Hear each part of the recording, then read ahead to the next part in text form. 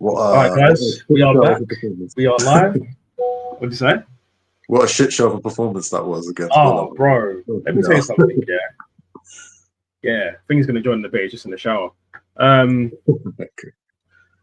Yeah, boy. I don't even know what to say for me. Obviously, I did a live watch along. The first half, we were shocking, man. We were absolutely shocking.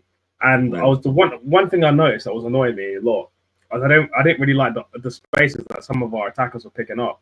I was saying on the stream, I was calling Odegaard a Beyblade because he just kept on picking up the ball to centre backs and spraying it to the left back or right back, and then just spinning around looking like he's busy, and it was getting on my nerves. And I was saying, like, look, if he doesn't make changes at half time, there's no way getting back into this game. I'll see Trossard and Gyökeres warming up. I'm like, he's gonna sacrifice Eze for Odegaard, and I'm just like, why are you sacrificing our best playmaker for Odegaard? He doesn't. For me, Odegaard hasn't been good for 2 years. For me, he's not been good since 22-23 when he got 15 goals and like 10 assists or something. He's not been when has he been good? When's the last time this guy doesn't even like to shoot? He's this little Mr. Pillowfoot, man. He doesn't even like to shoot. It gets on my nerves. He did have that one moment, wasn't it? Was it offside or something, or the player was offside? But he did a nice kind of Ozil pass without a the little reverse pass. One moment, but that's not enough, I think, to justify you starting. You need to do more than that. And he's supposed to be the captain. He's supposed to be inspiring the team. I hear what you're saying because he was dropping deep a lot, trying to get the ball from the centre backs. Yeah. What I don't like as well is why we keep doing a starting lineup. You look at it, and you're putting players out of position consistently. Why do we have this problem? You know what I mean? I think the majority of our injuries are defensive players, not the attacking players. I'd rather we even started Martinelli on the left wing, opposed to, what's his name, Eze on the left wing for me. Yeah, it just felt like it doesn't work. And it doesn't, sorry to interrupt you. It doesn't work for two main reasons, and I'll let you finish what you're going to say. It doesn't work for two main reasons. One, because Eze is just not effective on the wing, and number two, defensively, he's not used to the tracking back of being on the left wing. He's a maverick. He's a luxury type player. He's a player that gives you moments. So, if you look at the first goal where Matty Cash thing, Eze doesn't check over his shoulder because he's not used to that. Whereas Martinelli would have checked. You know what I'm saying? So, yeah. Even Martinelli, he's not used to that system. Martinelli is used to that system. That's the thing. He's used to playing left wing, so he probably, I think, would have done a better job at Eze in that position. But even Martinelli himself, like we've said before in the podcast, and even my mate Samuel, he says this all the time. He says his actual position should be as a striker, a second striker, but Arteta doesn't trust him to play that role. I'd rather what they do is they use Gyökeres, or they use the backup strikers as either Martinelli or what's his name, Gabriel Jesus. Yeah. Marino. Marino's all right actually at that position. It's not his position, but he should be starting striker right now. He is our best player right now, because Arteta, he didn't start with Gyökeres. I guess he's got a bit of an injury still, but it's a common theme. It's I think what the reason why he started Eze, because if he didn't start Eze, people say, oh, why didn't you start Eze, right? But he wants to play Odegaard in the middle, right? Because that's his thing. And he doesn't want to drop Odegaard. So he's it's kind of like a cop-out. If you're going to play Odegaard in the middle, then put Eze on the bench. You know what I mean? Yeah. So people then question him and say, why are you not starting Eze? He's been playing well. Why are you starting Odegaard ahead of him? Odegaard just come back from injury as well. He just walks back into the team immediately. Yeah. And, you're playing a player out of position who's on form. So, immediately the balance isn't there. And you're going to Aston Villa away. This is a good team. This is a better team than, no offense to such, this is a better team than Man United. This is a better team than Tottenham. As far as we're concerned, this is a top 6 team in terms of form now. And that's being modest. They're third now, fourth, whatever. So Aston Villa's no joke. We should have played with a stronger team. I think that's definitely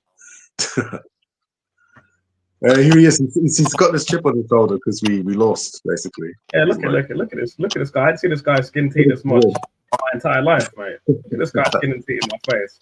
That's why I'm wearing these glasses. You ain't getting the pleasure of seeing my eyes today. You feel me? Sorry, was I interrupting some post-match analysis? Oh, already the trolling started already, bro. The trolling has started already. No, I'm very much looking forward to hearing. We are getting trolled. Spurs is better. Ouch. Better at what? Bottling? Yeah, we can't even claim first place for that. Damn it! If we have a trophy for that, that would still go to Tottenham. There you go. Damn it, man. Like, do you know what Tottenham are? Yeah, Tottenham are like, Yeah. like, imagine there's a karate competition, yeah, and there's two people. Spurs would come third.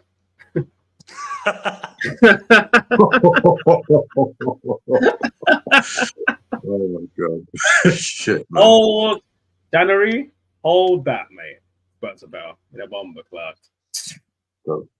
That just isn't. All your predictions for the rest of the season. Also go on another winning run. City catch up. I'll be honest with you. I think, to be honest, mate, I said it on my live stream. I said it on my live stream on Saturday. I said a couple of things. Well, I think it's going to be very hard for us to win this Premier League. I think Man City are very capable of going on 15 winning runs. Haaland's in the form of his absolute lifetime. Like, Haaland scores goals after goals after goals. I did predict us to win the League Cup. I think we're going to win the League Cup this year, but I can't see us. I know people have made us favourites for the Champions League. I can't see us winning the Champions League because I don't think our attack is good enough. Our attack is not good enough. Like, Saka's been poor this season. I think that hamstring injury is catching up to him a little bit, and you can see in his play he's getting very desperate and selfish, which is unlike him. Also, I don't think we play into Gyökeres's strengths. So it's like we've bought a traditional centre forward, and we're not going to play that 22-23 Thomas Partey progressive football to get the ball into him quickly so he can get shots off. And the left-hand side is still dusty, in my opinion. The left-hand, Martinelli is not good enough. Trossard's in form, but what the problem is that when Trossard's not in form and he starts, he's not good enough. So for me, if we're going to win this league, we need serious upgrades. I'd say we need another centre midfielder to cover Rice, and we need a serious left winger like a Semenyo, Rodrigo, Leao. I'd even take a Lookman on loan. Unless we do that, I can't see us winning major silverware outside of the Carabao Cup, in my personal opinion. That's my prediction for the rest of the season. Yeah, I think one thing that annoys me is you look back at the teams that like won the Premier League title. I know we like talking about Champions League, but you know, like we talk about Liverpool like last year winning the Premier League and Man City before. And Liverpool, obviously, they've been exposed a bit this season, their defence and the cracks and that, but they still had that attack that could take a game by the scruff of the neck. You know, we don't have that. So if we win the league this season, it would be us just literally getting over the lines right down to the wire. We're not going to run away with it, I feel.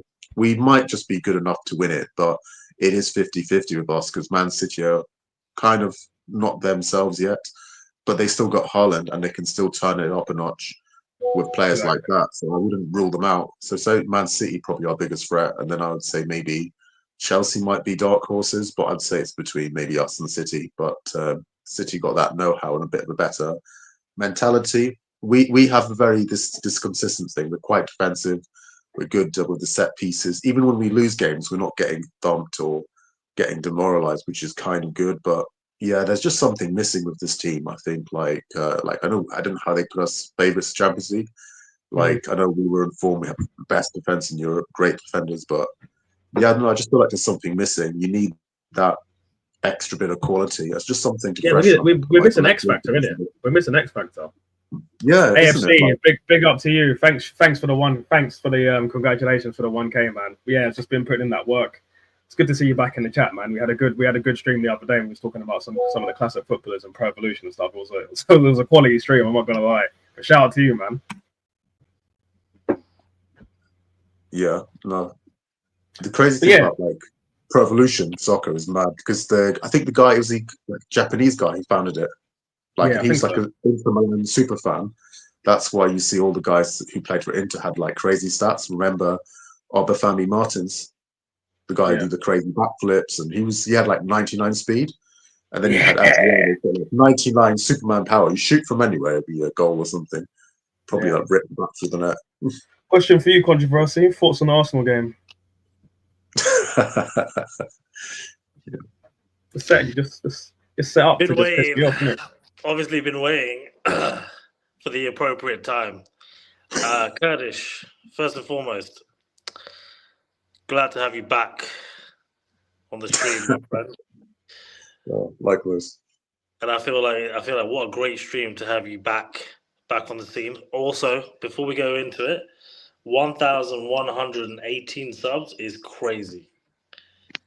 Crazy. So big up Ty, big up Darkside, big up the the shorts, anyone associated with putting out the shorts, wow.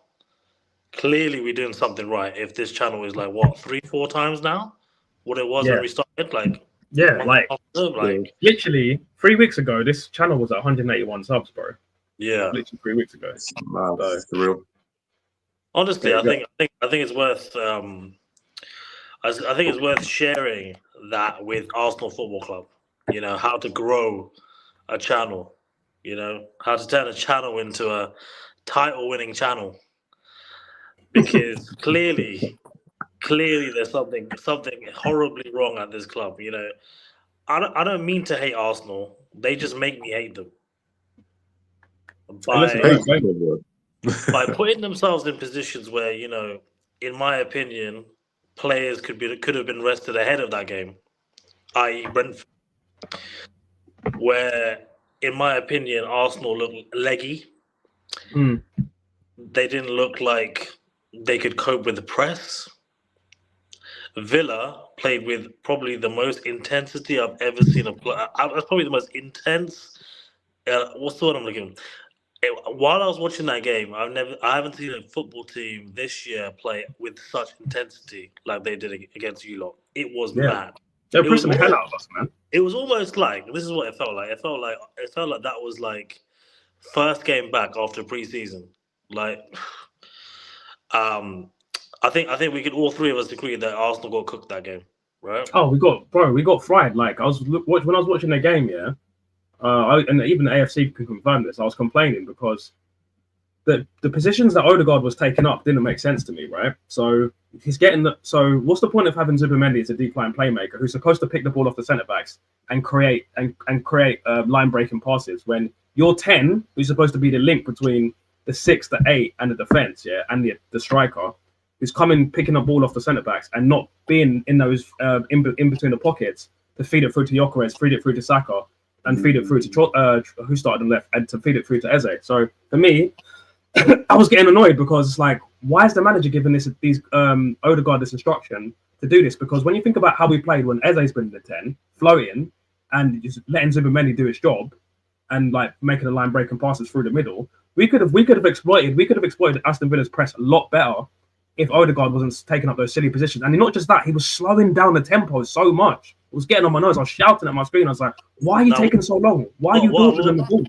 Well, I will say, to save Odegaard a little bit, I thought he started the first 15 to 20 minutes of the second half. I thought Odegaard was back to what he was in the best. He had a couple of really good shots. He was moving the tempo a little bit more, but you know that's 45 minutes too late in my opinion. By that point, I believe the score was 1-0. Was it? Or was it 1-1? It was 1. At what time? At half time. Yeah, it was 1-0 at half time to Aston Villa. Yeah, so I think again, like to pull, like clearly Odegaard's got that in his locker. I don't know why it takes for Arsenal to go 1-0 down for him to start playing like that, but that's where you need to get Odegaard back to, because when he plays like that for you lot are literally a different team. Like the first 15, 20 minutes of the second half, I was like, that Arsenal back. This is what I remember. Now the issue is for me, like Marino is not, like what frustrates me the most about that game in terms of Arsenal's attack was the fact that you guys were playing really good, like you controlled the ball in periods of the time where you had the ball on the wings and Saka was making the runs and Eze was trying to, but it was like clear that if you crossed that ball into the box, there wasn't like a real threat, in my opinion, in the form of Marino. I don't think he's that kind of player. Now, how are you going to realistically beat a team like Villa, right, without having a real goal-scoring threat up front like that? Like you got, who did you have on the bench? You had Gyökeres on the bench. Was Hayes? I think Jesus was playing an under-21 game. Yeah, against Man United with Max Dowman. Yeah, I again, that decision for me. Okay, yes, I get it. You got Gyökeres, you brought him in, but you've got a player like Gabriel Jesus who literally like would have been effective if you had him on the bench. Like he would have been another option to have as an attacker. As the game progressed, like yes, you guys got back in the game, but even when it was 1-1, Villa were like the ones like trying to go for it, you know. And I just feel like a player like Martinelli coming off the bench. Obviously, Trossard came on, made a big difference. But again, in my opinion, Trossard should have been starting that game. I agree. I agree. We should, It's the first we thing I should, said in my pre-match build-up. we shouldn't like Eze on the left is not working. I think Saka looked tired on the right. Honestly, like Saka looked like he shouldn't have, and that's the cost of playing him for like 20, 30 minutes against Brentford. Like, if you'd done what you're supposed to do, which is play a stronger team without Saka, play Eze, don't play Saka, you would have rested Saka for the whole game, and then you would have brought him in fresh as a substitute, which is what you should have done. Yeah. We should have played Madueke, I think, instead of Saka, because Madueke for me has been playing really well the last few games. I've really noticed it. I've been taking the piss out of Madueke, but I noticed it. And one thing I like about Madueke that Saka doesn't do is this is something I've noticed recently. Maybe it's because of his injury, lack of confidence, or something. But Saka will attack the fullback in the first like 15 to 20 minutes of the first half, yeah. And after that, he stops. He keeps cutting inside and passing it inside, and he will get on my nerves. Whereas Madueke, he always wants to go on the outside and make this defender look stupid. So for me, I really don't understand why this manager. He needs to stop playing favourites with Kai Havertz, with Saka, and especially with Odegaard. If you're not performing up to the standard, you get dropped. It's as simple as that. For me, and also, how can someone who scored a North London derby hat-trick be getting pushed out to the wing and being dropped for a player who hasn't scored a goal since last season? It's just ridiculous.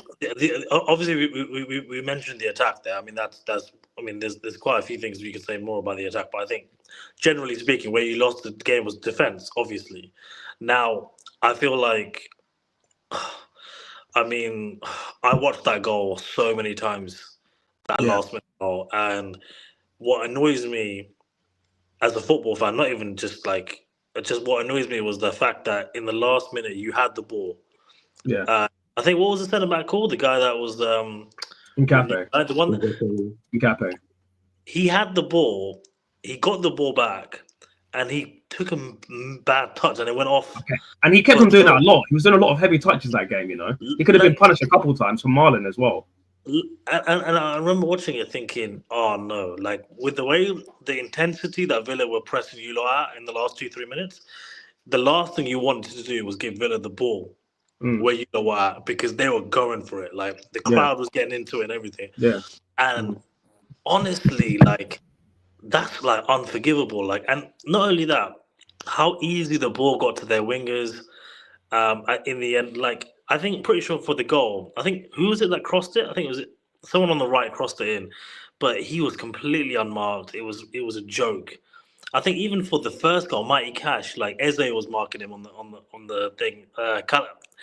And I was just like, defensively, without, it's not even just the presence of Saliba and Gabriel, but I think it's just like leadership. Who is controlling that fucking defense? Yeah, it's clearly not Raya. Yeah, he's not rating that back there. Those two centre backs are not getting it. So someone's got to start. Whether that's Timber or Calafiori for me. Mm-hmm. You know, someone's got to be held accountable for that defense, because that's where you lost it, really. Yeah. And look, I just want to reply to a couple of these comments. Yeah. AFC said that Arsenal have dropped 7 points in 30 days. That will affect you in the league title. And the problem is, this is why I get annoyed with our fan base, because some people will say, "Oh, look, we've this is the second game we've lost all season. We've only conceded 7 goals. Man City conceded more goals in the last 2 games than we have in the whole entire of the season."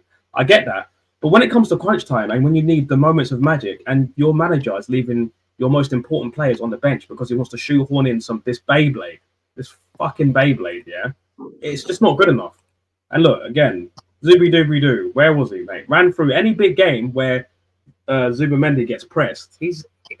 I do think he's a great player, but he's one of those players. He's like, him and Odegaard can't play in the midfield together, because they're the type of players where when it's sunny, you're the Emirates, there's no pressure, and you can bop it around. They look excellent. But when you've got big tanks, like Amadou Onana, 6'6", one can run, power, pace.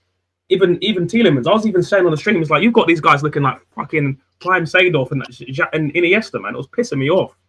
And this is an effing... I'm taking off my glasses for this one, This is a disgrace. This is an effing disgrace, man. Martin Keown giving Martin Odegaard the man of the match is disgusting. Are you sick? Did you not watch what Morgan Rogers was doing to us, bro? Did you not watch what Morgan Rogers was doing to us? Give me a break, man. Give me a break. I think with Odegaard, like I said, the first 15, 20 minutes, like he was a completely different player, but it wasn't consistent. Like after that, brother, you could have given it to Tielemans. Honestly, he was bossing that DM. I think Tielemans and Onana versus. I mean, I remember more moments from Onana and Tielemans, and I think someone said Onana will be the next Rodri replacement. I could see Onana being that person for sure, for sure. Welcome, Sam. Welcome, Sam. Sorry, I was late. Welcome to the stream, man. Welcome to the stream. Yeah, sorry I was late. I had I did a gym kind of event today, so I'm just knackered. Oh, that's so cool, I just man. had to have like a shower just to freshen up. But Cool. yeah, my name is Samuel.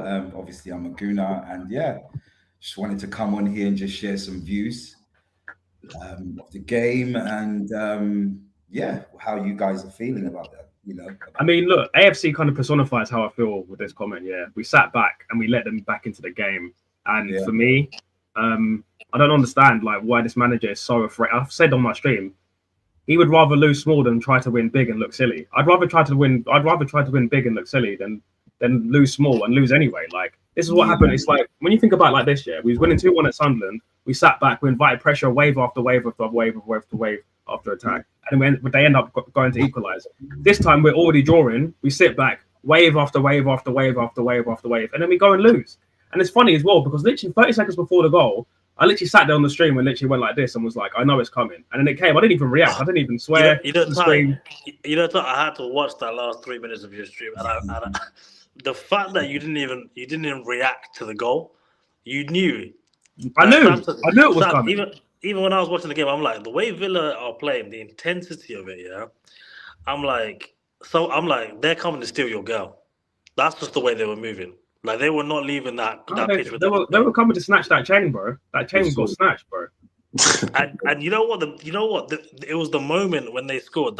It felt like, you know, when Aguero scored that goal. Yeah, it was like that. Yeah, and you could feel the energy of the crowd. It was like, okay, yeah, Villa are back. Like Villa are definitely. But yeah, Sam, what's your thoughts on the overall game? Because we all kind of gave ours. I mean, I'm not really surprised. Or should we be surprised? Look at the last 4 or 5 results. They've been a thorn in Arsenal's title race in the last 3 seasons. We know Villa are a good team. We know Emery, he's a very tactical manager. It was always going to be a difficult game. Look at their defense, their midfield. You've got Amadou Onana, you've got Tielemans. You know, they were literally just bullying our midfield. And if you look at our midfield, we have Declan Rice and we have Zubimendi. We lost, obviously, Partey last season. But you can see that he was tired. Declan Rice has been playing so many games. He needs a rest. For sure. You know? He needs a rest. So I'm not too disheartened now. Sometimes you need 24 hours to kind of sit on the game. But I wasn't too disappointed because I know what to expect from Aston Villa. And it's so funny how Villa start playing well when it comes to closer to playing Arsenal, because I think it was very similar last season for them as well. They didn't start off so well. So I think it's one of those games that we just have to dust off. We just have to take it out, accept it. We weren't good. The players have played lots of games. We played Tottenham, right? Bayern, Tottenham. Then we played Chelsea. You know, we played two away games, or this is the second away game. So we played a lot of football. We've had a hard, run in and a hard fixtures in the last. But Sam, I'm going to play devil's advocate because I made the same argument. You guys got a bigger squad now this season, man. Yeah. And a lot of these other teams, Man City, Chelsea, all these other title contenders. Okay, with the exception of Villa, I don't think Villa are in Europe, but everyone else has been playing, and I think the issue for me was that Brentford game where you played Saka when you could have been resting him, where you played Rice where you could have been resting him. Yeah, no, I agree. Why are you fielding a stronger team for Brentford when, fucking... I don't. And why is Madueke on the bench? Like he's barely been playing. He's been Do you playing know well for you. But I think I think you got to put some blame on Arteta for that. Yeah. No, and I'm coming to that. So obviously, certain things haven't gone in our favor. Everyone's getting injuries. It's just unfortunate that we had most of our attackers out. This attack hasn't never really got going. You know, you can't. If you look at the team, it's the defense that's been helping us up until now, really. You know, and Arteta, yes, we can put some blame on him, but people like Madueke, they're all coming back from injury. So it's like you said, devil advocate. You have to see two sides of the coin. It's like rushing them back. You have to slowly bed them in the team to get their minutes, because you know how injuries are. You know how big injuries can be. So I do feel, and I was saying on the stream to Ty, that we should have started with Eucharist. This was a perfect game for somebody physical up top. We didn't know their defense, really. There was no physicality. No. Like Moreno, it wasn't a game for Moreno, for me, personally. And again, I would have preferred Trossard to start because he's been our best left winger.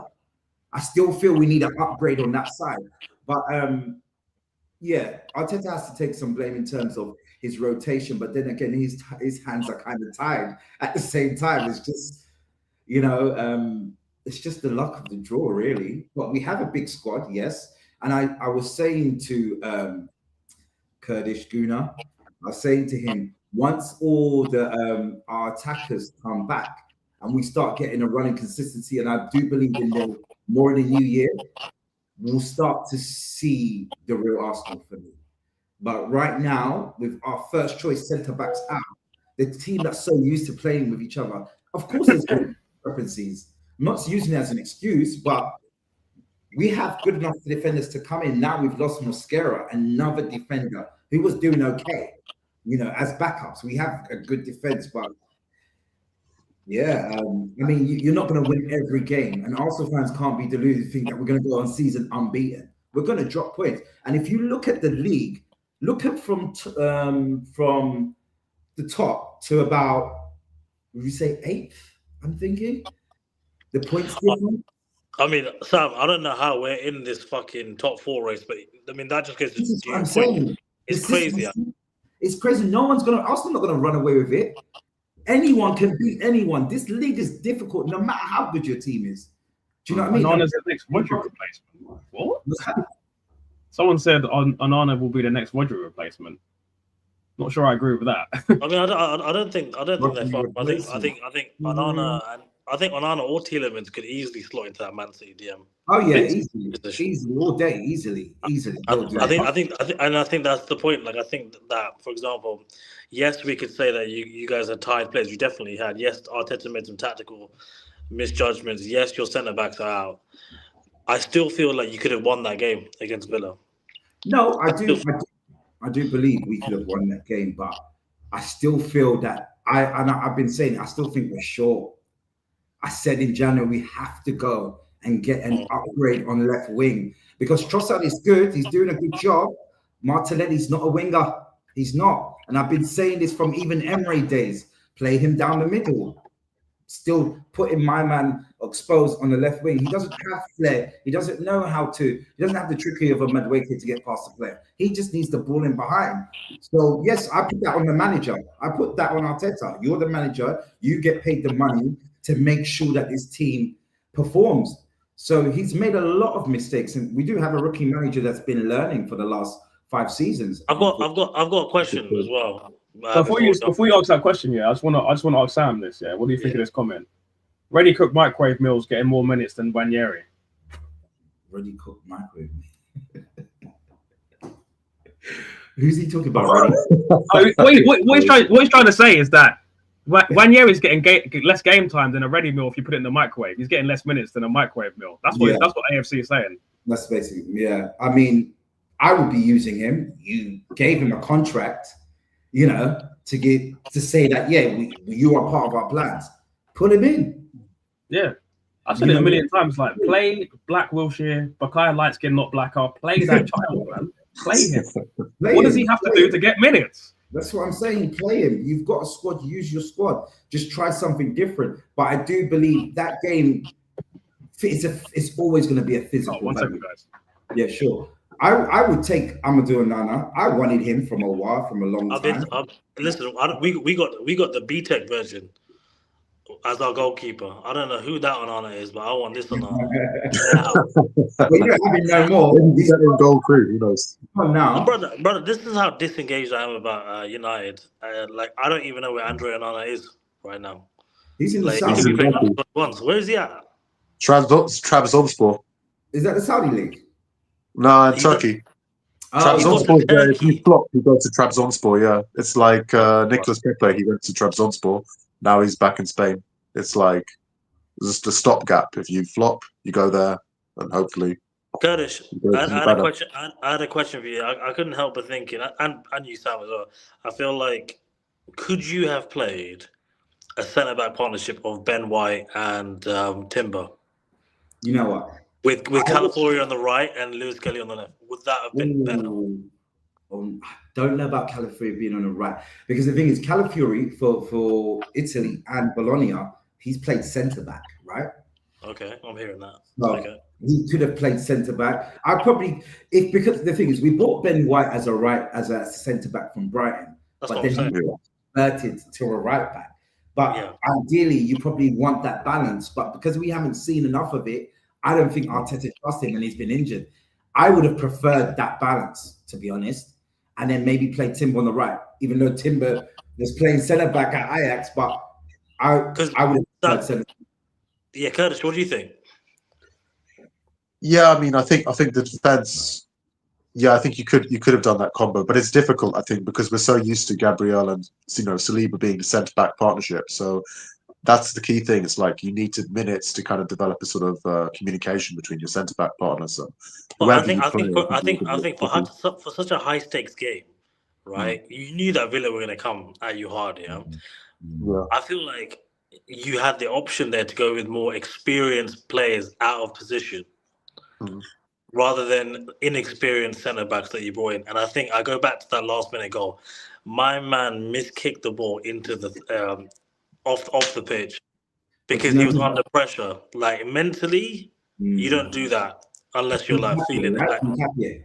Nkapie had the ball. And look what happened. And look what happened. And because you people can come and say, yeah, well, that can happen. That can happen. You know, like, nah, bruv. In the last 40 seconds of a game, when Villa come and you lot look tired, you want to hold that ball. You don't want to give it to the opposition. You give the opposition the ball there.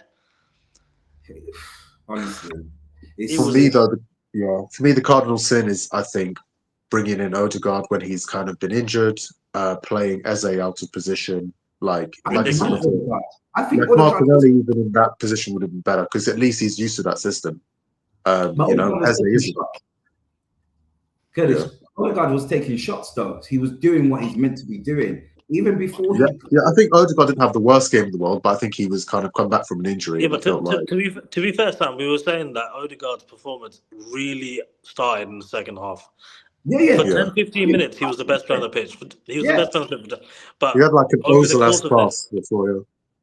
Over the course of the night, that pass was. But over the over the full 90 minutes, I think Eze being in that position would have been way more effective. You know. And you can't say that, I mean, I've watched games where clearly Eze is not meant to be on left wing. He's not a winger anyway. We all know this.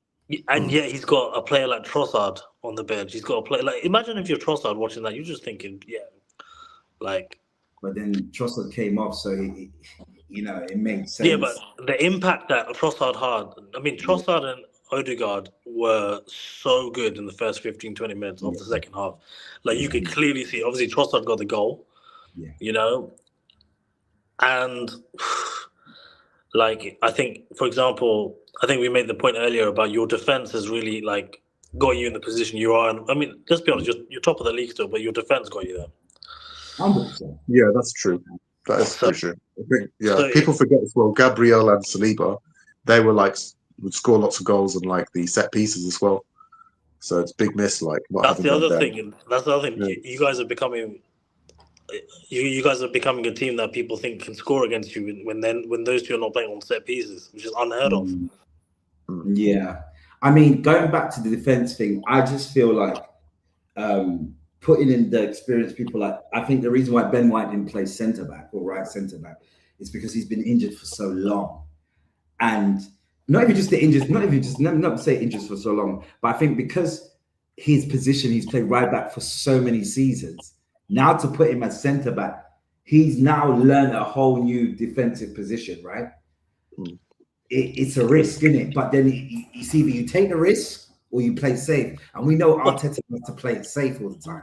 But this is what I mean about Arteta being a bit kind of unaware sometimes. Like, you've got an England team, I'm pretty sure Thomas Tuchel was at that game. You got a fullback, you got right and left back position that can get to anyone. I mean, Ben White, if he gets regular time in that team, he's got all the motivation there to try and make that England team. Yeah. You know, whether that's a centre back or right back, whatever, you know, put in a good performance. But to go with, in my opinion, two very, like, don't get me wrong, those two centre backs that he's brought in, obviously as cover for Gabriel and Saliba, they might be good, but, you know, they're inexperienced still. And that was just too much of a high stakes game. He should have gone with more experience. Maybe in those. And I mean, and ultimately, I feel like, you know, even though you guys didn't score, I think defensively that's what cost you. Now, my question is, what does this now mean for the title race? Because I wanted to have a little bit of a conversation around Man City, because I don't know if you guys caught the highlights of that Man City game, but boy, no. Ryan Shirky, I'm telling you right now, that brother. Did you see that Rabona assist? Yeah, I saw that assist. Yo. Nah, that's good. I mean, for the tire race, it makes it more, for the neutral, it makes it more exciting. It's more open now. Of course, Man City have been there before. You know, Arsenal can look at this and write this off and just keep it going.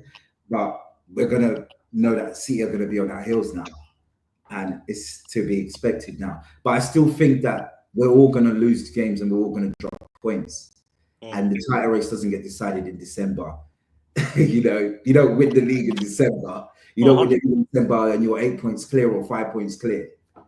It's but equally, what you want though, Sam, to be fair, is you want that gap to be as wide as possible going into that period, January, February, when you know City are going to be turning up. Yeah, because we all know if City are not playing, I mean they're playing well now, but I feel like they're still going to invest heavily in Jan.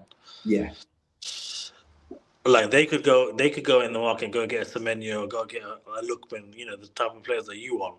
Yeah. So I feel like certain decisions. I think honestly, what wins you titles is tactical decisions like the one that Arteta had to make against Villa. Yeah. And look, he's under pressure. I don't care what anyone says. Oh yeah, 100% big time. Like I can see a certain. Tell me what you guys think. There's still what percentage do you think of the Arsenal fan base would probably, you know, still not be on board with Arteta being manager right now? What you mean now, or this come end of the season?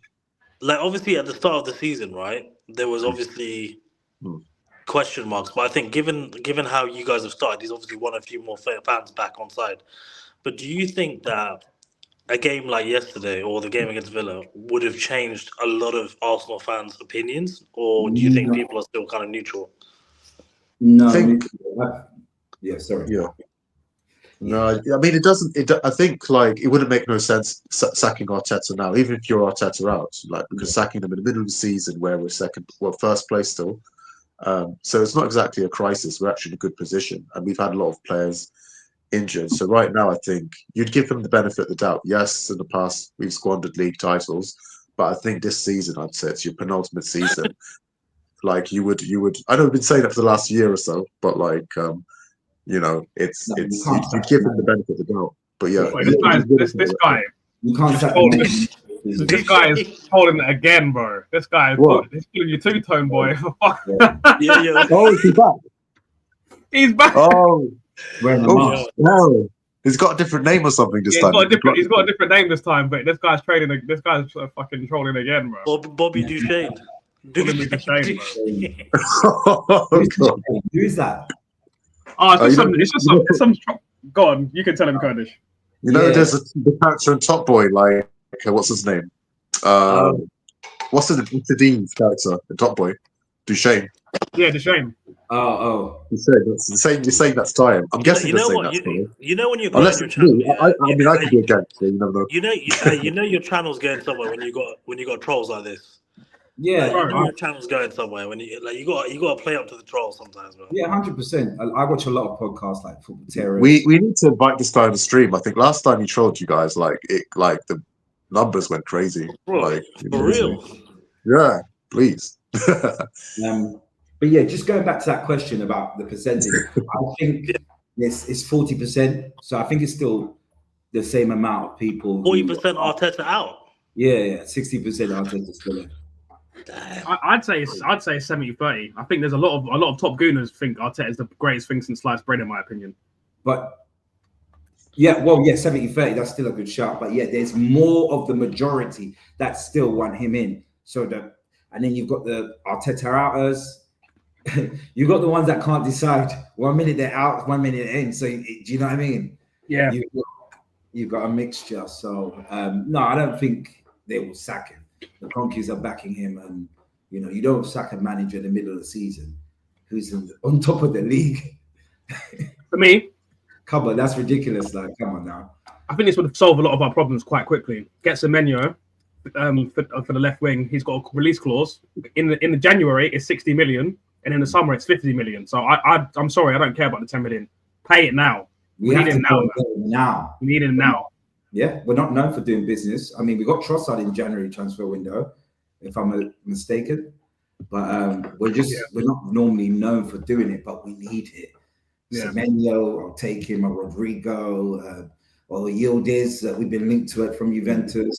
But just Semenyo is Premier League proven, so he'll hit the ground running. You don't need to tell him about the league. He knows it very well. He's an Arsenal fan. As a Man United, boys, I'll tell you right now, as a Man United fan, nothing made me happier knowing that we were bringing in a player like not even just one, two players like Mbeumo and Cunha, who have got proven success in the Premier League that can clearly come in and just continue what they were doing. Yeah, I'm telling you, stop trying to buy these next kind of like. Just buy what you know will do well. Simple. You don't need. You don't. You've got world-class players. You just need very good, proven backup squad rotation players. Yeah. And I think Havertz and Jesus, in my opinion, they're not reliable backup strikers. No. And Marino is playing out of position. He's not. I don't think he's a striker. You know what I mean? So. Marino's not a striker. I mean, he's just a makeshift, but. I mean, I didn't want Havertz to begin with. I was one of those Arsenal fans, and then I was trying to see maybe I might be convinced. The stuff that he does work hard. Don't get me wrong. He could pull. Oh no, hey Solomon, he's coming for you, my G. But definitely Jesus will have to go. Jesus should go in the summer for sure. But it's like you've got a £60 million striker on the bench, and I'm hearing now that they want to make Havertz the number one striker when he comes back. Then I'm hearing another story say they want to play a 2. So I guess it's just room. Sam, I want to get your thoughts on this, my G. If let's say, end of the season, Arteta capitulates. Yeah, not like it's done. Arsenal are 5th in the league, full on, but everyone hates him. Who is in your top 3 list right now that realistically Arsenal can come in, can get in, that can take this squad to the next level? Tell me. Realistically, I know who I want. Realistically, dream big, man, because Arsenal got it. Look, any manager would probably want to come. So tell me, what's the alternative? I would want a Luis Enrique, but I know he's not. he's not going to be available to come in. But I wouldn't be. I could see Luis Enrique coming in. Oh, I would love Luis Enrique. I wanted Ancelotti as well, but he's now Brazil's manager. Then there's Aurelio from Bournemouth, but then it's like your CV. He's another rookie. I like Aurelio, but it says the clubs that these managers are managing. There's the other guy, Glasner for Palace, but it's the level. Do you know what I mean? It's the level of their credentials. Can they come in and actually win? Even maybe that German manager, I wouldn't mind. Nagelsmann. Yeah, Nagelsmann. Yeah. It's so hard. It's really hard, like, to say which manager would actually come. But my top would be Luis Enrique. I would love him to come and because I think he'll definitely change the way we play, of course, and he'll hit the ground running with Arsenal for sure. And I think he would deliver success. But realistically, it probably could be a Aurelio or a Glasner or where does Nagelsmann play? Where does he manage for? Is he in a job right now? He was. I think it's a German manager. It's a German manager. Yeah, I'll definitely take him. I don't want no Dutch coaches. No Dutch coaches. Yeah, brother. The last thing you want is a Dutch guy trying to chat English when your team is in the mud. Like those 10 Hag press conferences, bro. There's nothing worse. There's nothing worse than a 10 Hag press conference, man. I'm telling you. I think honestly, it's a bit ironic, but I think that Unai Emery. Yeah, he would have. Because I'm seeing a lot of chat. And this is a good topic as well. Like, would Unai Emery would he have won a title? Yes, he would have. Yes, he would have. If he didn't win a title, he would have at least won the Europa League. At least he would have won about 3 titles for the Arsenal now. Curtis, you agree? Hell yeah, yeah. No, I've always been a fan. Like when he got signed us for us, like as manager, I thought, oh, this is a good move. He's got PSG. He's got kind of pedigree on his CV. You know what I mean? So obviously it didn't work out. But yeah, like I feel like he didn't get that backing Arteta got, and actually him getting sacked kind of helped Arteta because people are like, oh, this team's in transition. Oh, we actually have to back this person now. We have to give him the money. We're falling away. We're not going to get any money if this team doesn't qualify for Champions League or even Europa League. So that's when the Kroenkes were like, started backing him. Edu came in, you know, recruitment was decent. So yeah, I reckon he would have won us a title for sure. Look what he's done with Villa. He transformed them. He won, like, he beat, I think, us with Villarreal. He won a Europa League with Villarreal. He's won like 3 of them or something with what's it, Sevilla or something. So like this guy's I think he's the most successful manager in the Europa League. I think he's won like 4 or 5 Europa Leagues, which is crazy, by the way. It doesn't get stated enough how underperforming Arteta has been in domestic cups. Like, you know for a fact, if Unai can play tournament football well, he can do a job in the FA Cup and the Carabao Cup. Yeah, like you say that, Sarge. Yeah, one second. That stat that you said about Arteta only winning 2 FA Cup games since he's joined is fucking crazy. 2 FA Cup games in 5 years, bro. Since he's won the FA Cup, he's won 2 games. Preston, and Crystal Palace at home. I mean, it's poor, man. It's poor. The squad Arsenal have right now, Emery would win a trophy for sure, 100%. It's just unfortunate when he came to Arsenal, we were in turmoil. It's just a bad timing for him. And I really liked him as a coach, as a manager. He got treated really badly by the media, but look what he's doing now. He's silencing all those critics. Yeah. This comment says, with William Saliba, Gabriel, now Christian Mascara all sidelined, you have to use your 6th different defensive combination of seasons. Injuries definitely make it tough. Definitely. Like no one's denying that. But this is why you get paid 15 million quid a year. Yeah. Figure it out. But Ty, what I was going to say is, like we were saying this earlier, like your defense is what's been keeping you in the position you're in. But in my opinion, the attack is the best form of defense. Sort your fucking attack out. Yeah. Like, okay, you might leak more goals now, but I mean, if you get a Gyökeres, how many times have we seen the combination of Saka? Like, all right, tell me, guys, what is your best attack?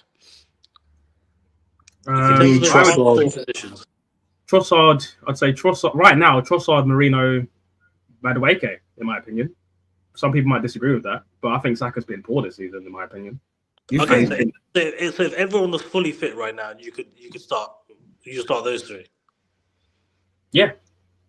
No, I'll start Gyökeres. You have to start Gyökeres over Marino. I'm not starting. And it's not because I don't think Gyökeres is better. It's just because I think the way we play football, we don't play to any of Gyökeres' strengths. So what's the point? It's like you might as well have 10 men.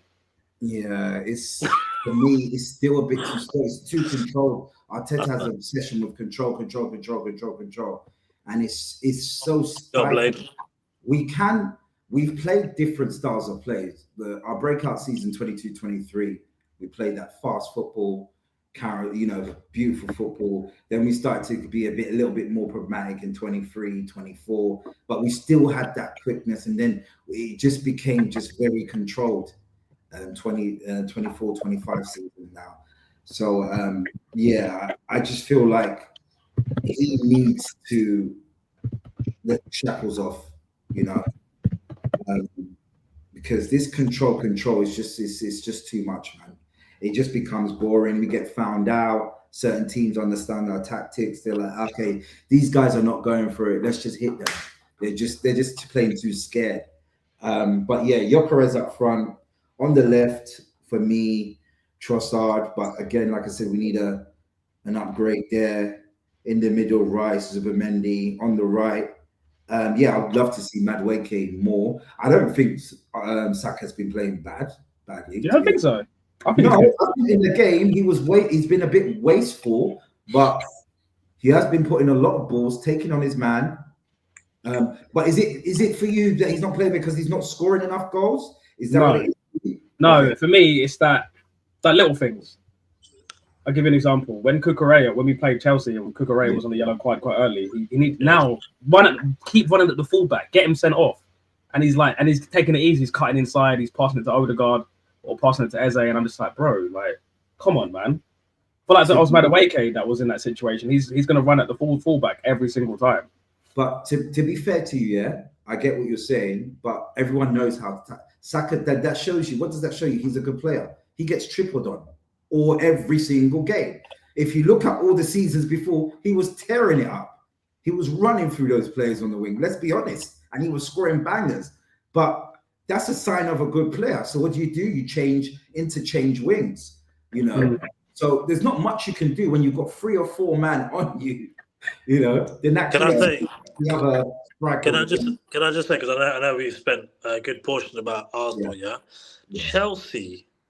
Listen, I'm obviously, more than happy to see Arsenal lose a game as a Man United fan. Always like we can't be having Arsenal win every single game of the season. That's just can't happen. Chelsea dropping points, knowing that basically if Caicedo played that game, they're gonna win. Like Caicedo getting a red card against you, man, have fucked Chelsea up differently, man. To be honest, I don't rate Caicedo. For real, I think he's been. I think he's been the big difference. He's good, but the temperament for me, you can't have that in a player. You need to be disciplined. He will cost you games all the time. So I'm happy that we had Rice. Yeah, I wanted him at the time, but you can't have that if you're pushing for the title.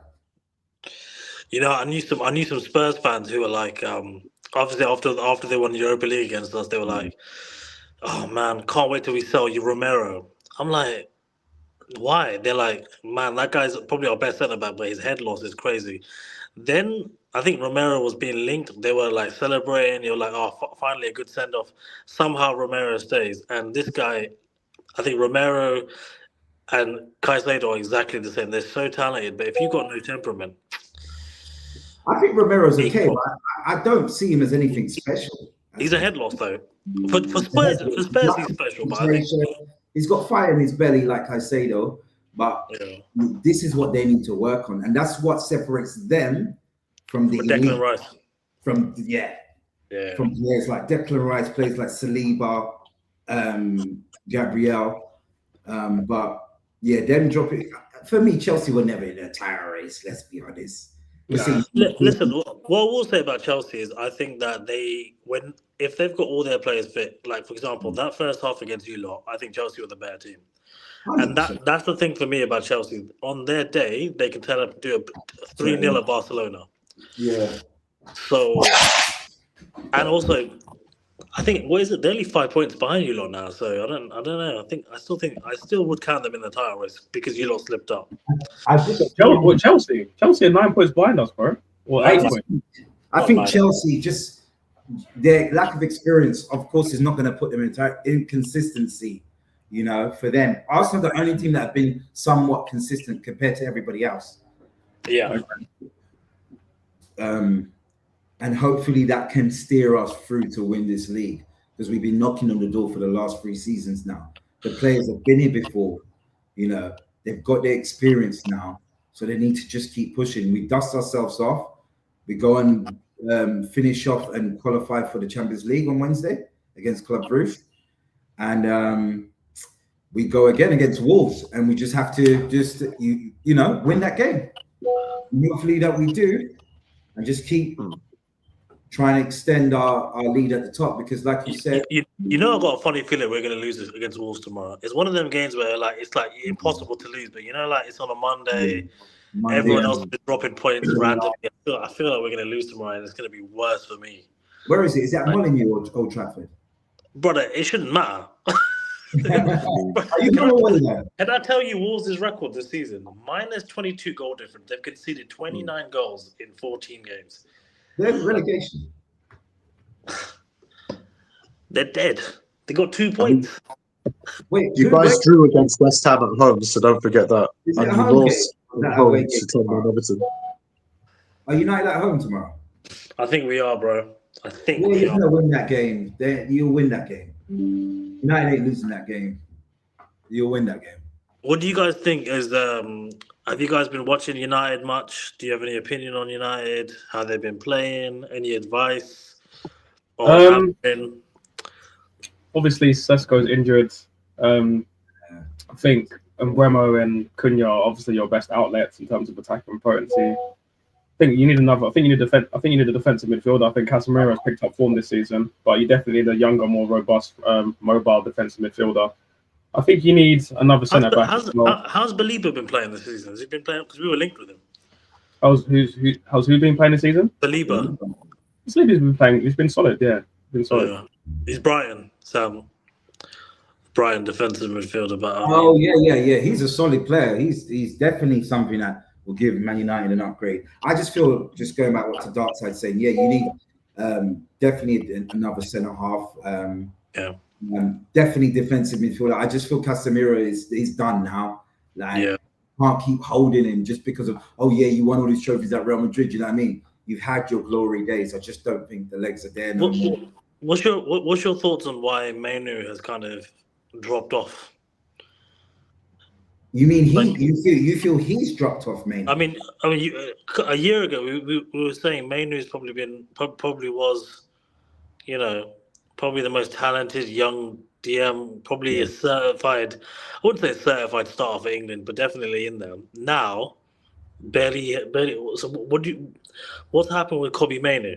Because I would have thought he would have flourished on the Amarin, but you just said it young. Is he probably eyeing up another move? You just said it young. You can't put pressure on all these young players. This is the problem with what English media and English Premier League does. We put all this pressure saying, they're the next best thing. You need to know how to handle this. Just like Esteval. Yeah, he's amazing, but he's not on the levels of Saka.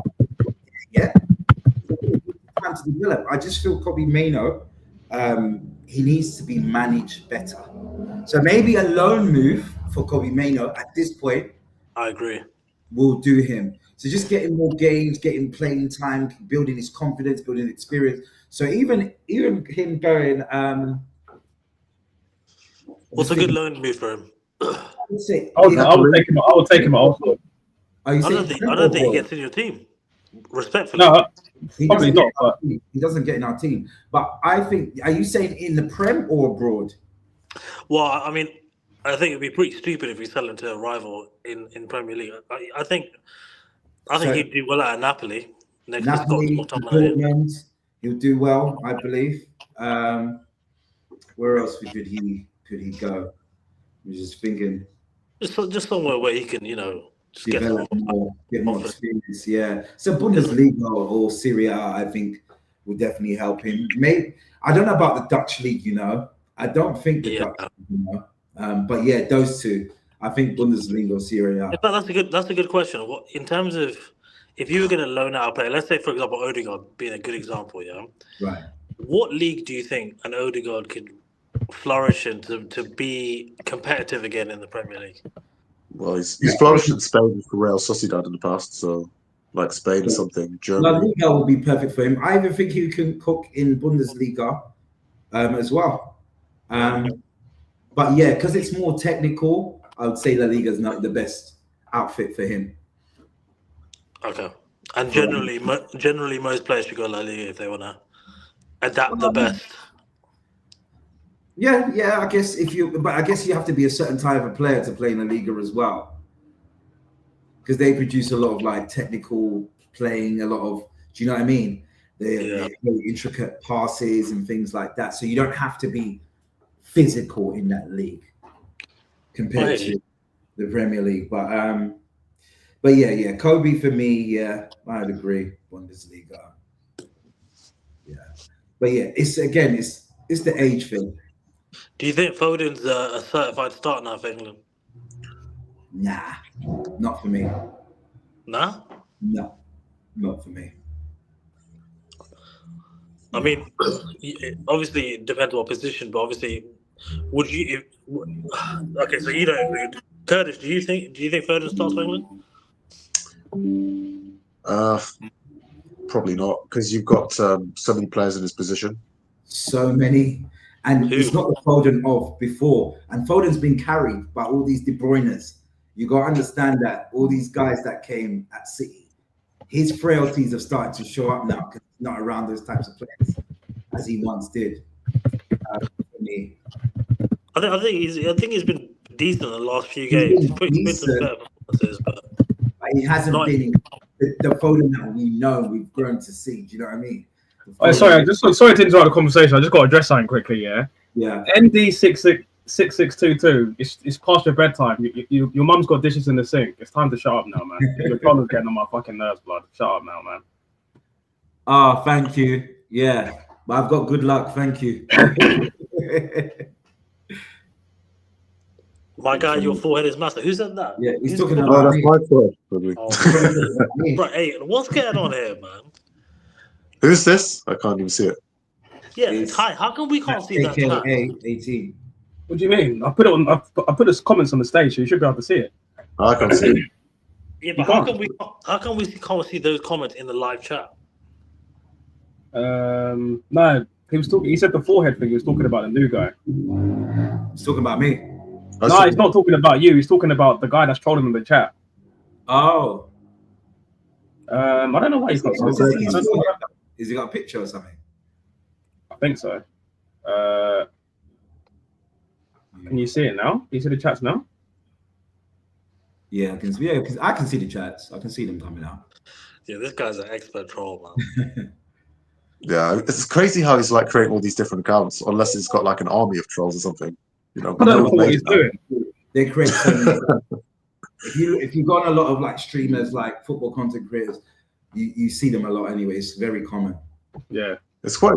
It's, you know what's crazy? It's like when he was on the last one, I think like he literally made the reviews skyrocket. So yeah, join the chat more often. You know what's funny? You know what's funny? Yeah. Do you know what's funny about this guy? Yeah. You know what's funny about this guy? He was saying to me a second ago that the video where I started trolling me said I only got barely 100 views. I'm on my phone now and it got 2.6k views. What's he talking about, bro? It's all right. You don't have to justify yourself to someone you don't know. You're definitely doing something, right? The fact that got so many views and if you watch that video, the first 34 minutes is us reacting to him trolling. Like of all the videos for that to happen is that one. Like my man got so much shine off the back of that. Mind games for who the fuck is Samson? Who's Samson, bro? About me. Mind games for me. It's talking about me. Oh, okay. What? It's not mind games. I'm just saying it as it is. Oh yeah, Samson. We've all answered this question about who's your top 3 players all time. Zinedine Zidane. R9. And because I'm born in 85. I grew up in the 90s. So I hope you say one name. Sorry. I hope you say who I think you're gonna say. Surely you got to say that. What, Ronaldo? I mean, as an Arsenal fan, you got to have. Oh, Thierry Henry. You got to have the boy. He's my number one, by the way. He's your number, but of all time, you mean like in the world? You mean? Yeah, your favorite player ever. Favorite top three ever. Well, it's for me. It's always been, I've always loved Zidane. He's always been my top. Of course, Yeah. Thierry Henry, and maybe R9 or Ronaldinho. But yeah, Yeah. R9 is right. Yeah. So those three. Yeah, well, I think broadly we all agree with that one. No Henri, damn. Yeah, I was gonna say if you didn't say Henri, that would have been crazy. On an Arsenal podcast, I feel like you got to have Henri in there, man. How about yourself? Your top three players of all time. Similar to you, I put. I think I got CR7.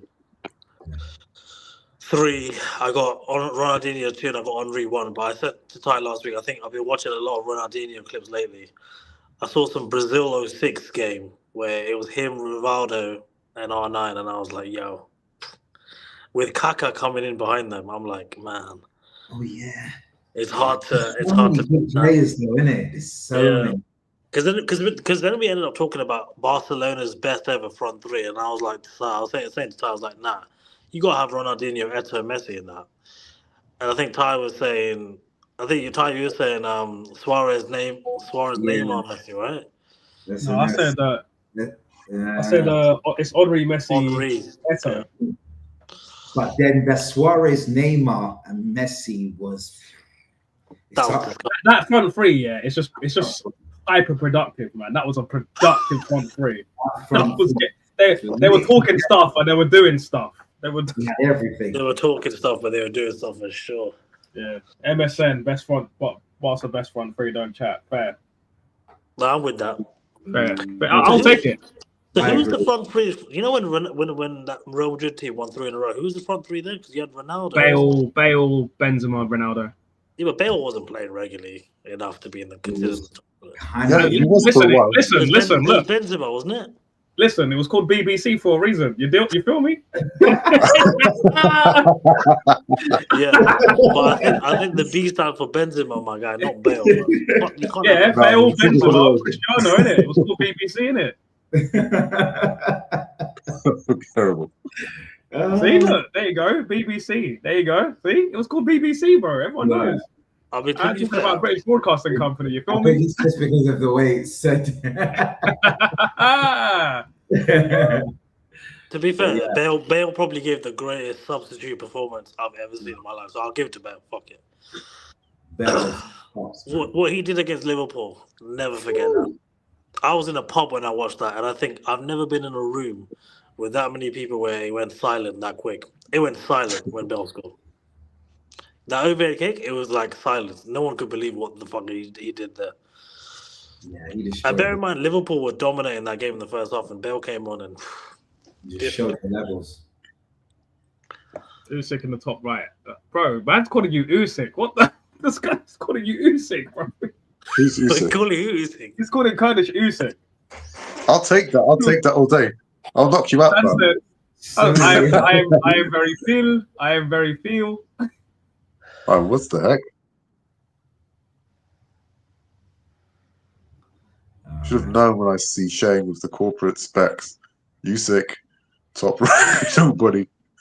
Yo, Blade, you're my guy. But Blade, nothing will give me more satisfaction than Arsenal bottling again, man. Nothing will give me more satisfaction. As an Arsenal here, I gotta be real.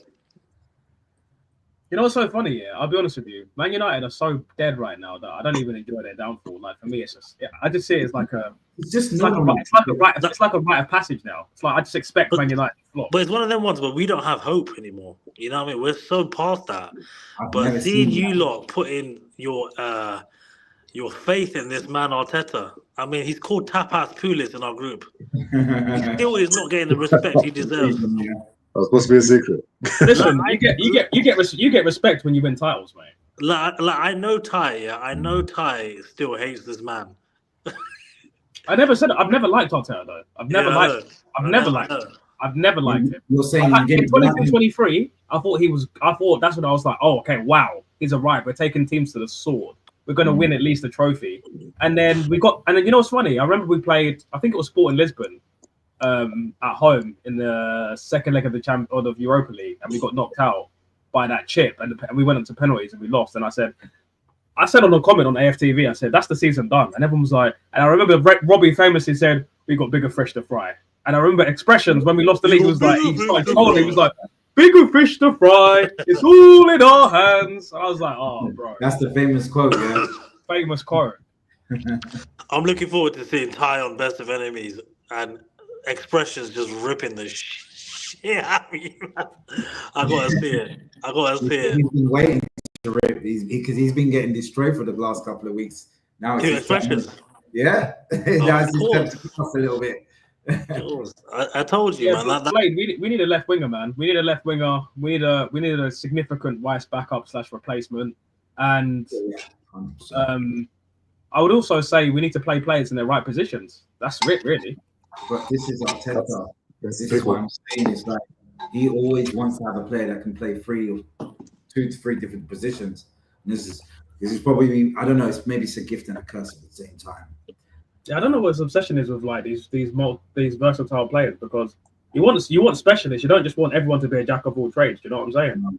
And then recoach someone out of the position that they're so good at to play a new position, and then they forget their old position how to play. I just think it's silly at times. I think it's just support from Guardiola. That's perfect, isn't it? Huh? He said you need a significant hair plant. Jenna, who's Jenna? I don't know. Bro, I swear. I can't even diss him anymore because he's just. Yeah, who's Jenna, bro?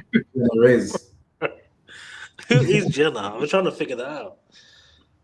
Man City conceding too many goals, more chances, scraping wins. Yeah, I think part of winning a title, you need to have those games where you scrape wins. You're not going to be perfect every single game. It's a lot of matches in the season. You've got Champions League, you've got other cup competition. So, yeah, a win's a win, right? When you win, at the end of the day, 3 points is what matters. So, yeah.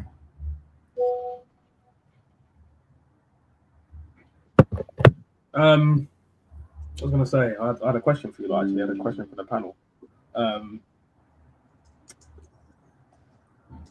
So, like, current top 4 predictions, who do you think is going to finish in top 4? No particular order. I think Arsenal, City, maybe Chelsea and Villa. Chelsea and Villa. Yeah, Villa fans were giving me large the other day, man, after they beat us. They were saying they're in the title race, they're drinking Arsenal tears, and I was just like, all right. They were just having fun. They're not being serious. They just, they were enjoying. I still remember Ty saying Spurs are going to be in the top 3 come Christmas. I did say that. Listen, I got egg on my face, didn't it? Oh, did you say that? I did say that, yeah. And the reason why I said that is because I thought Xavi Simons was going to be a good signing. I thought Kudus was a good signing. He is. Kudus is top of the table. I couldn't believe it when I saw it earlier. And yeah, Batman signing. Those are 2 good players. It's just getting the best out. Listen, the way they went wrong is when they signed Dominic Solanke, bro. Come on, man. Yeah, that's man's unreliable, man. Just get him out of there, man. But that's typical Spurs, That's typical Spurs. It's their levels, right? So, I mean, Thomas Frank, I still think is a very good manager, but I think he's a pragmatic coach. With Thomas Frank, everything that he's doing is exactly what I was expecting him to do. Yeah, being hard to beat at times, but they're leaking goals for fun. And it's another level. He's playing for a better club. He's managing a better club than Brentford. It's not the same team. It's not the same level. And this is the problem. Like when certain coaches, you have to be very special when you come from a Bournemouth or a Brighton to then move up a level. You got to be a special coach to do that. So, yeah.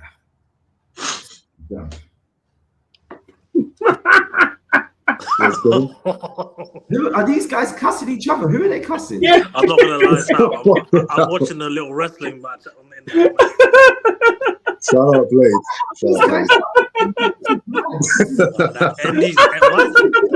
Bro, look how triggered ND is moving. ND, come on, man. You're moving triggered. Oh man. But yeah, that's my top four for me. Maybe I don't know. Maybe Liverpool might just. I don't know. I was gonna say, how have we not spoken about Liverpool's fucking collapse again? Yeah, Like, it's 3-3 again to Leeds last night. 2-0 up, and they concede 2 goals and then another one in the last minute. I mean, I know you lot conceded in the last minute, but I mean, we Liverpool don't concede goals like City and Liverpool. Exactly, Liverpool just can't win. How do you go from winning the title to not winning a game? Yeah, that's just a fall from grace, man. That is like. By the way, ND is a big Liverpool supporter, isn't he? He's got Arnie Slot poster in his room, all that. I mean, I think for Liverpool, it's Slot took over a team of Jurgen Klopp trying to galvanize. But even if you see last season, they were leaking goals, and I was saying it's unsustainable. I guess everyone was so rubbish last season. They won the league, but you could see the last few games they weren't even trying. They were already on the beach with Liverpool. So Wakey's got to. You know what I mean? Yo, by the way, Samson, he's calling me Wakey Wines, man. Come on, man. Come on, I'm getting racially profiled, man. The defense is not doing it. Van Dijk is not on it. He's been exposed. Yeah, I think Van Dijk's finished now. I think he's finished now. I've been saying that. He done, man. It's done. And then you've got Konate. There's no synchronicity. And then if you look at even their midfield, they're just getting ran through. It's so easy. It's way too easy. They need a proper DM in their team for me, because I just don't feel their midfield is gelling for me. Because Gravenberch was meant to play 6, but he's more of a what? Is he more of an 8? No, I think he's more of a 6 though. I think he's more of like a 6 that has like 8 capabilities, to be honest. But then he's not a proper 6 though, is he though? Would you say though? Yeah, I think so.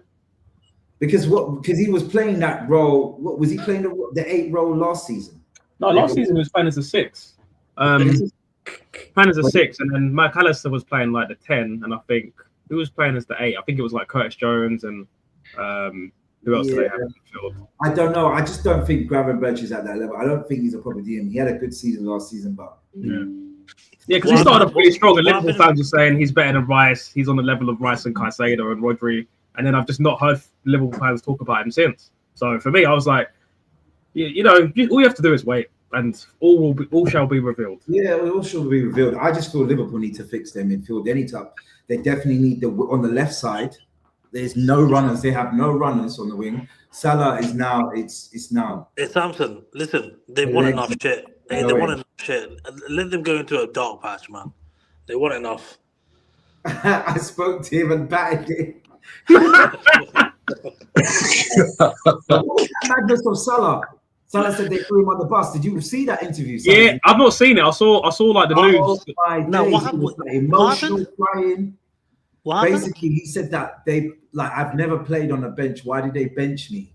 He started crying. After he had tears in his eyes at the end of the game. Oh, nah, fuck this pussy, old man. And I think some people were saying it's a bit calculated because they drew. Maybe if Liverpool won, he probably would have not had that interview. Some people are saying it's bad timing as well. But he's saying after everything that I've done for Liverpool, this is how they treat me. But if you're not performing, you have to hold the bench. It doesn't matter who you are. It doesn't matter if you're Salah. If you're not performing, it's a team game. So, I don't know. You can call it arrogance because even what's his name? When used to play for them. Forgot the guy. Mane. Mane used to say this guy never passes the ball. He's selfish. So, I don't know. I understand where he's coming from, but yes, it was a bit of a meltdown. I wasn't expecting him. Like, I don't know if he was not advised properly. This guy driving Salah to the end of the road. I don't believe in this new Mr. Clean lookalike manager. Worth his head, though. Dead bro. Pro evolution tactical. But it's definitely. I just don't think Slot I think the team needs to be. They need a revamp in the team in certain positions to get that team going again. Understand what type of team players he has, because he got what's this guy Kirkus, to replace Robinson, and it's not working. Respectfully, yeah, if you get rid of a player like Trent and you don't replace him with the same Yeah. level, you know what I mean? Like, what can you do? At the end of the day, you can't do anything. Like, you can't replace a player like Trent. What he offers attacking wise, you can't replace that. And then they were like, Trent did a lot for Liverpool, and it's just like it's kind of, people did say it was kind of arrogant that we won the league, but you didn't address those positions, and then you went and just got an attack. And even me, they didn't need Isak. Personally, they didn't need it. I think they were fine with Ekatike. They didn't need him, but it just doesn't work with both of them.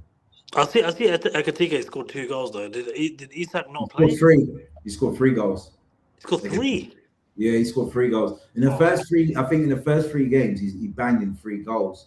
He was on fire at the start of the season. I would love to see Ekatike make a shock move to Arsenal in Jan. I would love to see I don't know why Ekatike didn't come to us. I don't know why we didn't look at him. He's your perfect player. I've seen enough, bro.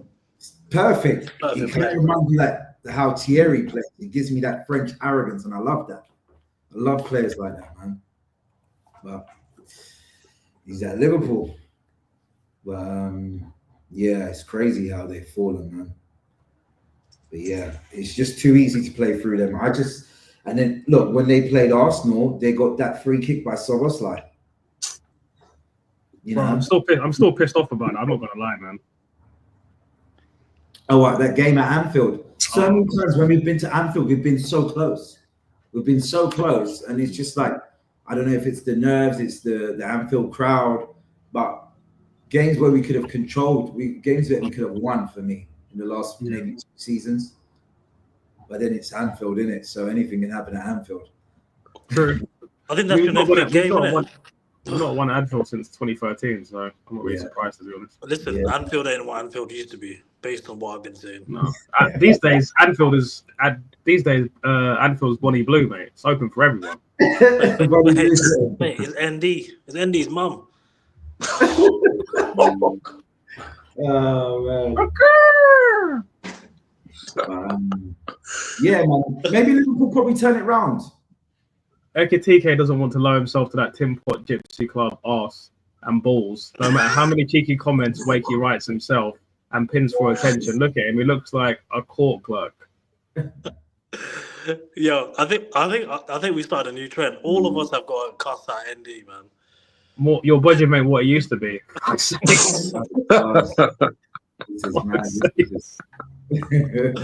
Yo, the best thing about ND, he's coming. He's gonna pull out a Duchesne joke in a second. I know. He gives it to all of us equally. I like it. I do respect it. Listen. He's putting in that work. He's putting in. I can't hate a troll. At this point, he might as well be part of the show. Like, get him a mic. Yeah. Should do a live stream with him. Hey, do you know how pissed Blade and AFC will be if we did the live stream with ND before we did live stream with the guys that have actually been here from day one? That is fucking crazy. I know he'd get us cancelled anyway. So, do you guys think you'll be in Man City over 2 legs if you lot play each other in the Champions League? Over 2 legs? Like right now? What if we played Real Madrid? No, Man City. Right now. Right now, no.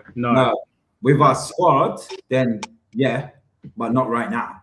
Definitely not right now. They'll beat us. I can't lie. I'd be shook if I was an Arsenal fan right now and I see City playing they're doing. You lot better hope Haaland gets injured.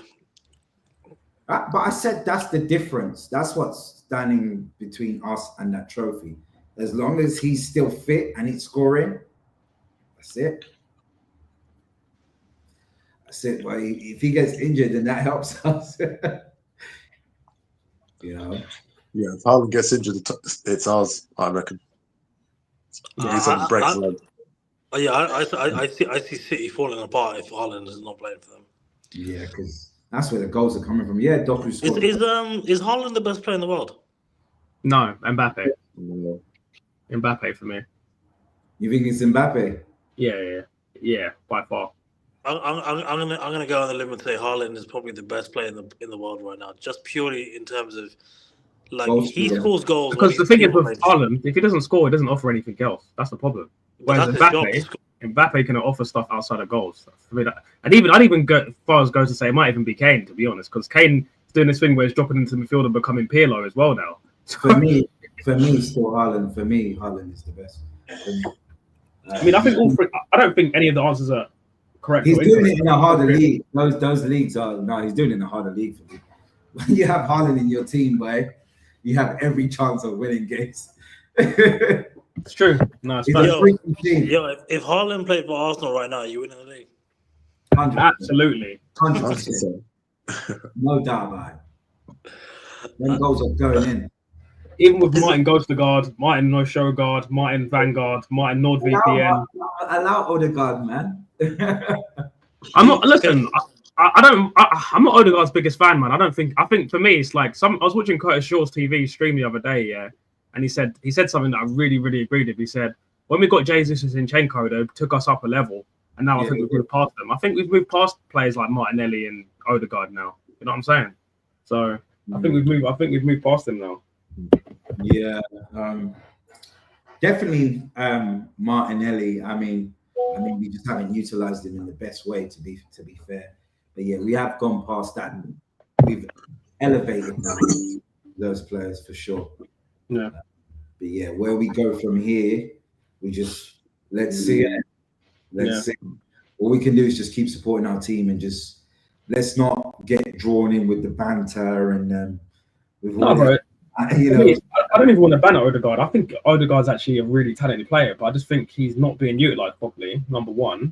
And number two, either it's him being scared, the manager's instruction. I don't know what's going on, but for me, he doesn't perform in big games, especially big away games where the game can get physical. That's number one. Number two, when's the last time Odegaard's had a man of the match performance? When we've been under the cosh. Like, under the cosh, it's 1-1 away or we're winning. You know what I'm saying? When's the last time you've seen Odegaard take the game by the scruff of the neck? For me, it was 22-23 away at Tottenham where he scored that long ranger and set up the Saka for the assist. So for me, I've not seen a man of the match performance from Odegaard in like nearly 3 years now. Yeah, because last season was poor. He dropped off. He was injured a lot last season. He was injured. Now coming into this season. And I've noticed that last season he started doing that dropping deep thing. Yeah. I mean, listen, Trash. Yeah, it's not that I'm hating on Odegaard. It's just I'm telling you what I can see. He's not performing up to the level that he should be. He's the captain of our club, which I don't think he should be. Number three, just answer the question. When's the last time he's had a man of the match performance? When's the last time he's dragged us to a victory when we've been under the cosh? It's not about me hating Odegaard. It's about me making valid criticism of players in our team so that we can look at the squad objectively and say, like, this is what we need to improve. You know what I'm saying? Yeah, I mean, I think, of course, we speculated, since we lost Xhaka, that balance on the left side, that, he was cooking in that team. They had an understanding. Maybe it's the personal, maybe it's the drop off. I don't know. You say it's that, or at the end of the day, you are your own player. You should still be able to function in the team. If you're a world-class number 10, or you want to be a world-class number 10, you should be able to perform. Odegaard's last game and had a blinder. Was it against Newcastle? He didn't get injured. I remember near the end of the season in 22-23, I think he scored 2 goals. Yeah. Scored those 2 like edge of the box ones. He will get better. He's been unavailable. But how's he going to get? I like Odegaard. I think he'll get better. I think. Look at the passes that he was doing in the second half. I think he will get better. You can't rush someone back from injury, so just let him start cooking. And I just feel like our attack, and I was saying that to Kurdish, I said the attack hasn't got going, and that's just been our downfall. Like we've just been unlucky. What can you do? The only thing you can do now is go in January transfer window, and we just say Berta knows it. He's probably seen it. Says like, you guys are going to need another attacker. So hopefully Berta goes out and speaks to the board and say, I want to go and get this guy. I want to get Semenyo. Let's sign him because we're short. And Trash, I want to say this, he's been unavailable, but 2 things. I'm not saying, I think I don't understand why you're upset that I'm criticising him. I'm not saying he's a bad player. I just told you Odegaard's probably one of the most talented players we've got in the squad. Yeah, but he's not being utilised properly. And just because he's the captain, he shouldn't get straight back into the squad. He should earn his place back. Because I agree. You see in that game where I was talking about on my live stream game states. Yeah, for this game state, Trossard had to start. Eze had to start in the 10, and I would have even played Martinelli or Madueke on the left to get some pace and some whip. So I think for me, it's not about hating Odegaard or going on the agenda or being on the bandwagon. It's about a valid criticism of my captain, of my club's performances in a title race. Because this will be Odegaard's 4th title race now. And other than 22-23, he's not showed up. He's not showed up, in my opinion. Yes. Even when he wasn't injured. And look, he's been back. He will get better. He's come back from injury. He will get better. He will improve. But realistically, when you think about great captains, does Odegaard and like captain winning performances, does Odegaard like jump to mind? Probably not. Not for me, at least, anyway. But then dark side, if you understand 22-23, what type of football were we playing? Yeah, like I said, I say it all the time. And who does that come down to? That's the manager. Everyone wants to get a world-class player or your star player can perform in any system. But for me, that 22-23 system suited Odegaard. Because I feel when we went to 23-24 and we started changing the game, it was a bit, how would you say, it was a bit pragmatic and a bit press. It was a bit of both. It was a bit of both, yeah. A bit of both. And that frustrated me last season. That game frustrated me. I was frustrated. And then now this control thing, there's times when I've liked it and there's times when it's frustrated me. So for me, maybe 22-23 season is the way you see the best of Odegaard. That style of play. Quick football, pressing, bam, bam, bam. That's an interesting question. How many teams would Odegaard walk into the league right now? Yeah, he walk into United's team. United. Yeah, so let's forget about the bottom teams. So obviously he walks into like Wolves and them kind of teams. I think he walks into Man United, like you said. I think he walks into he walks into Spurs. Doesn't walk into the Newcastle midfield, in my opinion. I think midfield. Even though Chelsea will ruin him, but yeah, I think he starts for Chelsea. I think he might even start for Newcastle, depending on what game stay as well. But I think it's just too good. I don't think he's getting it. The midfield is one of the best midfields in the Premier League. Yeah, because Bruno Guimaraes, Joe Linton, and Tonali is dirty to my opinion. It's big and it's strong as well. So trying to think who else. What other teams? Man City? No, I don't think so. Foden, Reinders, and Cherky. I don't think he. Possibly not. He could rival one of them, maybe. I mean, competition. You just have to ask the question you have to ask is like, is he better than Cherky? Is he better than Foden? On form, no, but on talent, you could argue. Yeah. Then it's a hard one. It just goes to show, innit? There's not many of the top teams he could walk into. Yeah, but we got to give him time. We got to give him some sort of patience, and I guess we assess him at the end of the season. If he has a season without getting injured, then we could. But then again, we have to look at the way the manager's setting out the team as well. Players can obviously not perform well. Then another topic we didn't talk about. Go on. The way we play, does that cause us to have all these injuries? I'm so glad you said that, because there's actually something I want to talk about. This is a bit of my tinfoil Alex Jones conspiracy theory. I think a big part of why we get so many injuries is not just because Arteta doesn't rotate enough. I think it's because he does too much intense training. So let's think about how we play now. Yeah, we do a lot of pressing. Yeah, we do a lot of the wingers, even the striker does a lot of running off the ball. So when we're out of possession, we go into a 4-4-2 mid block, right? And that requires a lot of running from the wingers to come back to make more of a compact shape. So I feel like that's why we get a lot of injuries. And obviously, you see sometimes Rice is coming all the way back centre back to pick up the ball. Zubimendi, even Odegaard. This team to be in this team, it requires you to do a lot of running and a lot of defensive work. And I think when you look at Saka's starting position on the pitch, Arteta likes his wingers to be high and wide, on like touchline wingers, right? but at the same time, he likes to be very defense-minded as well. So there's times where we pick up the ball in a transition. I want to see Saka, I want to see Madueke, I want to see Martinelli high and wide, ready to be on the attack, but they're back because they're defending. So it's a catch-22 because we don't concede many, but it stunts our attack at the same time. And I think if we lower the intensity a little bit whilst still keeping that defensive solidarity and having the fluidity between the defense and attack, then you'd see the performances go up a lot better. That's my personal opinion. And would you say that's how, but again, I guess if we go back to 22-23, we were a bit more open but we were playing that beautiful football, weren't we? Yeah, but then a caveat to that is, Sam, is that also we got to forget when we started to break down defensively, it's because Saliba got injured and Tomiyasu got injured in the same game.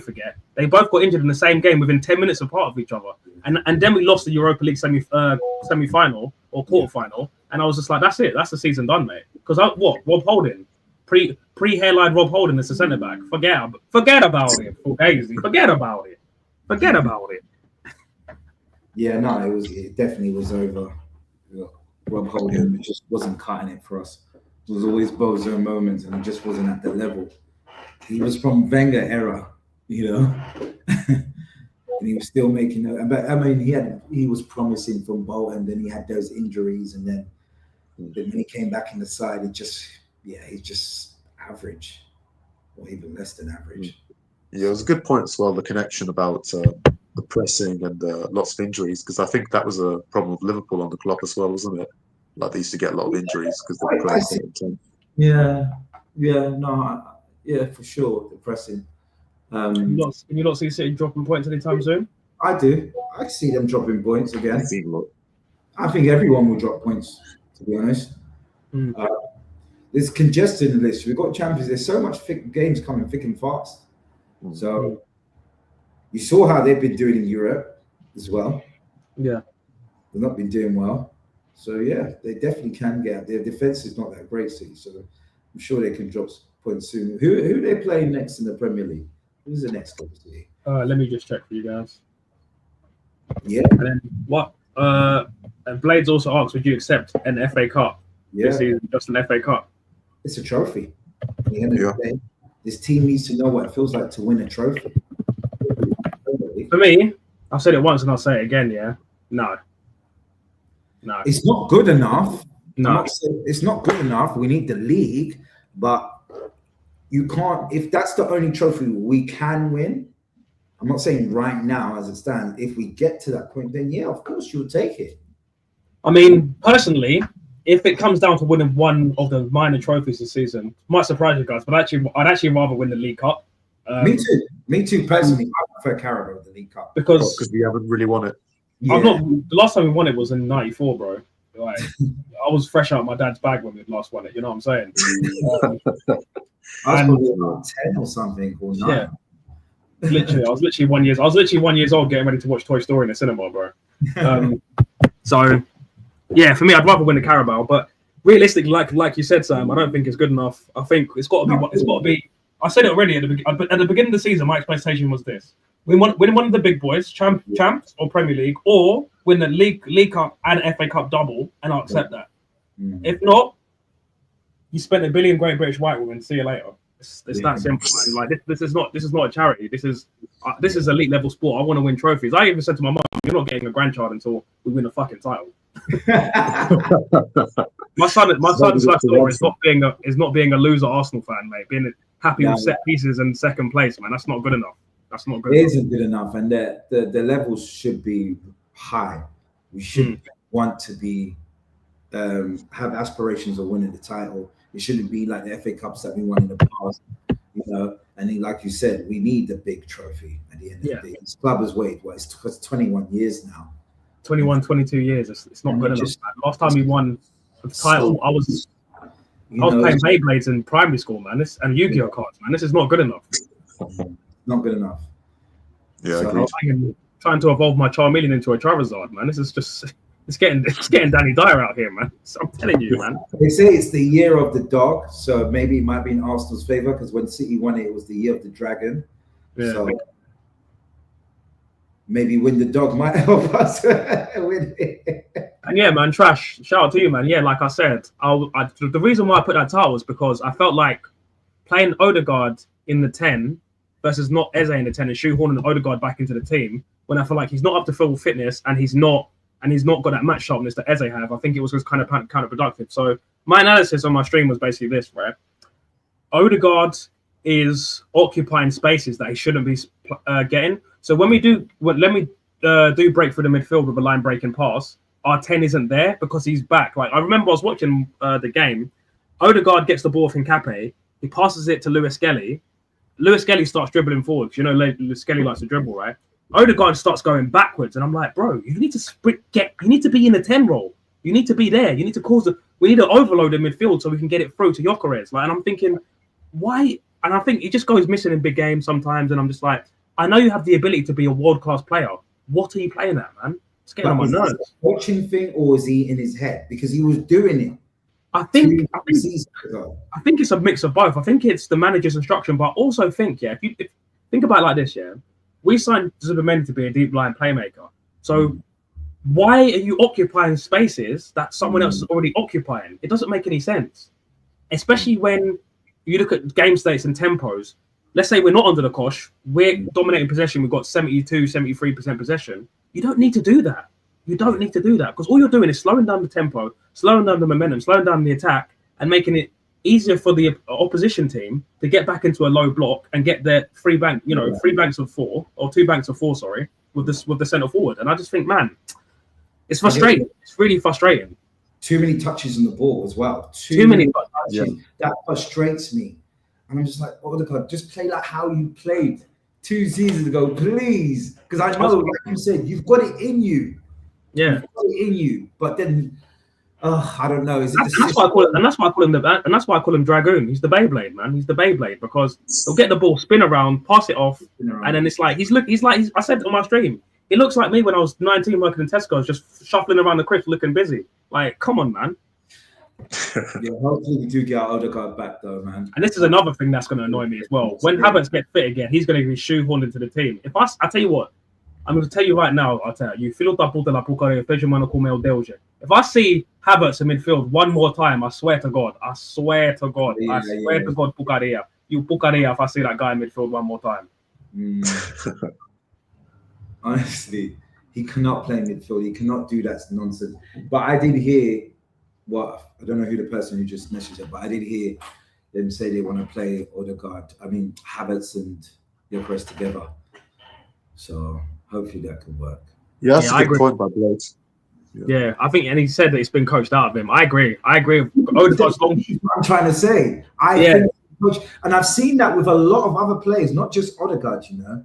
I kind of see it with Saka as well, maybe a bit, but then again, he does get tripled on. But the Saka of old will take on players. Yeah.